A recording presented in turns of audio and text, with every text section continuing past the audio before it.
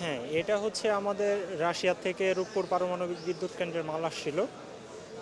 6 দিন আগে আসছিল। এটা হলো আপনার কিছু নিয়ম আছে।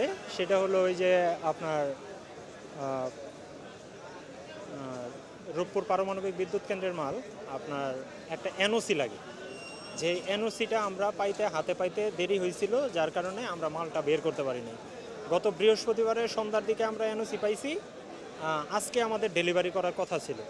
তো আমাদের 18 টন মাল ছিল, 18 টনই পুরো শেষ। শুক্রবার শনিবার আমরা কোনো কাজ করতে পারি না। শুক্রবার শনিবারে কাস্টমসের কিছু সাইট বন্ধ থাকে, আবার শুক্রবারে ডেলিভারি গেট পর্যন্ত বন্ধ থাকে, শুধু বন্ডের কাজগুলো হয়।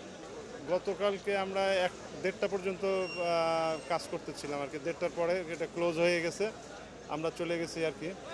তো পুরানো অনেক মাল ছিল আমাদের এবং ভ্যালুয়েবল মাল, বিশেষ করে ওয়ালটনের অনেক শিপমেন্ট ছিল, তারপর গার্মেন্টসের শিপমেন্ট ছিল, fabrics, garments accessories, industrial parts. এই তো গতকাল 1:30টার দিকে একটা ফ্লাইট নামছে, ওই শিপমেন্টগুলো আমরা ঢুকাইতে পারি নাই, যেহেতু 1:30টায় ক্লোজ হয়ে গেছে আর কি। 1:35-এ ল্যান্ড করছে বিমান। তো যতদূর খবর পাইছি এই শিপমেন্টগুলো ডিস্ট্রয় হয়ে গেছে আর কি। ইউএলডিতে ছিল, তো এটা ভিতরে ঢুকাইতে পারি না, এটা অনেকে আগুন লাগে আর কি, প্রায় ধ্বংস হয়ে গেছে। করছি আমার চাকরির অভিজ্ঞতা 25 থেকে 30 বছর এখানে আমি কাজ করি। আমি মূলত সিএনডি প্রেজেন্টে কাজ করি, মালগুলো ক্লিয়ারিংয়ের কাজটাই বেশি করি আমি। ডিজাইন, এলিগেন্স, বিউটি, সেরা পণ্য সবার জন্য জেভিকো।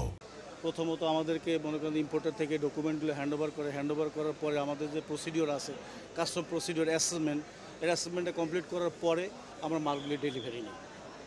এবং এদের মতো অবস্থায় আমাদের বেশ কিছু ডকুমেন্টও আছে, প্রায় আপনার এন্ট্রিকৃত ডকুমেন্টই প্রায় 15-20টা আছে, এগুলো শিপমেন্ট আছে। তারপরে আরও এন্ট্রি ছাড়াও মনে করেন যে আরও 15-20টা আছে, সেগুলোর মালও এখানে আছে। তারপরে মোটামুটি প্রসিডিওর শেষের দিকে নিয়ে আসার পরে আমরা সপ্তাহে একদিন হেড অফিসে যাই। শনিবারে হেড অফিসে আমরা সবাই গেছি। এখানে 2-1 জন থাকে, এখানে যারা আছে তারা বলতেছে যে ওয়ার হাউস আগুন লাগছে। তখন আমরা দেরি করে নিই, ওখান থেকে আমাদের এমডি স্যার বলে যে তোমরা দ্রুত চলে যাও, দেখো কি অবস্থা।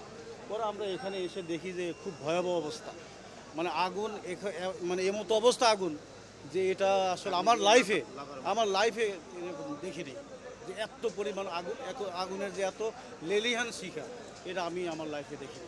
আমাদের হাতে অনেক কাজ আছে, কিন্তু আমরা তো এখন কোনো কাজের অবস্থান তো নাই।